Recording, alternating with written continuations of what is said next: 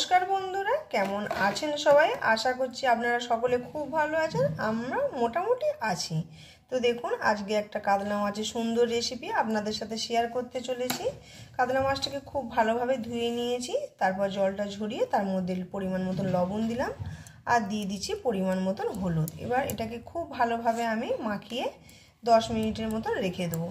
আজকে রেসিপিটা যেটা হবে, আপনারা হয়তো অনেকে হাতা বেনুন রেসিপি নামটা শুনেছেন, কিন্তু আমার কাছে বড় হাতা নেই যেহেতু, তো সেই জন্যে আমি এটার নামটা একটু চেঞ্জ করেছি, কড়াই বেনুন কাতলা রেসিপি। তো এটা কিন্তু ভীষণ সুন্দর টেস্টি হয়, খেতেও খুব দারুণ লাগে। আপনারা এইভাবে একবার বাড়িতে ট্রাই করবেন, খুব ভালো লাগবে। তো দেখুন, নুন হলুদ আমি মাছটাতে মাখিয়ে নিলাম। এরপর এটা 10 মিনিটের জন্য রেস্টে রেখে দেবো। 10 মিনিট বাদে ফের আমি আপনাদের কাছে ফিরে আসছি। সঙ্গে থেকে দেখতে থাকুন আমি কিভাবে রেসিপিটা বানাবো। আশা করছি নিশ্চয়ই ভালো লাগবে। তো এখন 10 মিনিটের জন্য রেস্টে রেখে দিলাম। আর দেখুন, কড়াই বেনুন মাছটা বানানোর জন্য এখানে দেখুন আমি নিয়ে নিচ্ছি কালো সর্ষে। আজকে একটু লাইটের সমস্যা হতে পারে। আর দিয়ে দিলাম এরপর পরিমাণ মতন পোস্ত। এটাকে একটু শুকনো খোলায় হালকা করে নাড়াচাড়া করে ভেজে নেব। যেই ফটফট করে ফাটবে তখনই সঙ্গে সঙ্গে গ্যাসটা বন্ধ করে দিতে হবে, নাহলে এগুলো বেশি চুঁয়ে গেলে পরে স্বাদটা অতটা ভালো আসবে না। গ্যাসের ফ্লেমটা এই অবস্থায় কমিয়ে দিতে হবে।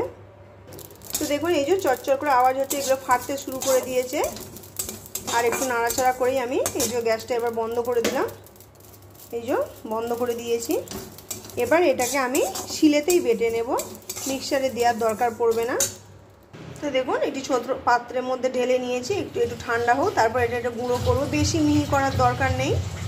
আর এখানে দেখুন ওই কড়াইটাই বসিয়ে দিয়েছি, কড়ার মধ্যে দিয়ে দিলাম সর্ষের তেল, দিয়ে মাছগুলো ভেজে নেব। আর 10 মিনিট হয়ে গেছে, মাছটা আমি ম্যারিনেট করে রেখে দিয়েছি নুন হলুদ দিয়ে। মাছটা এবার ভেজে নেব। কড়াটা খুব ভালোভাবে তেতে গেছে, তেলটাও গরম হয়ে গেছে।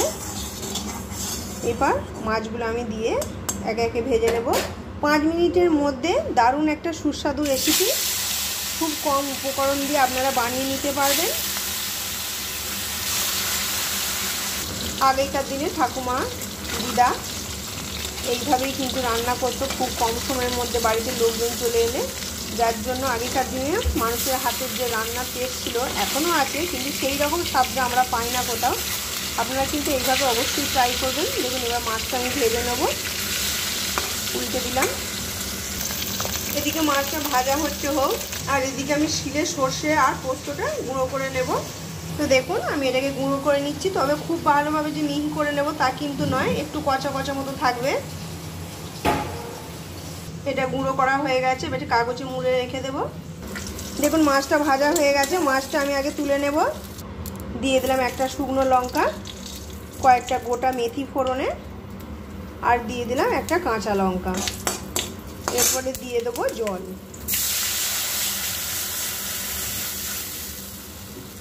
এরপরে দিয়ে দেবো পরিমাণ মতো লবণ আর হলুদ।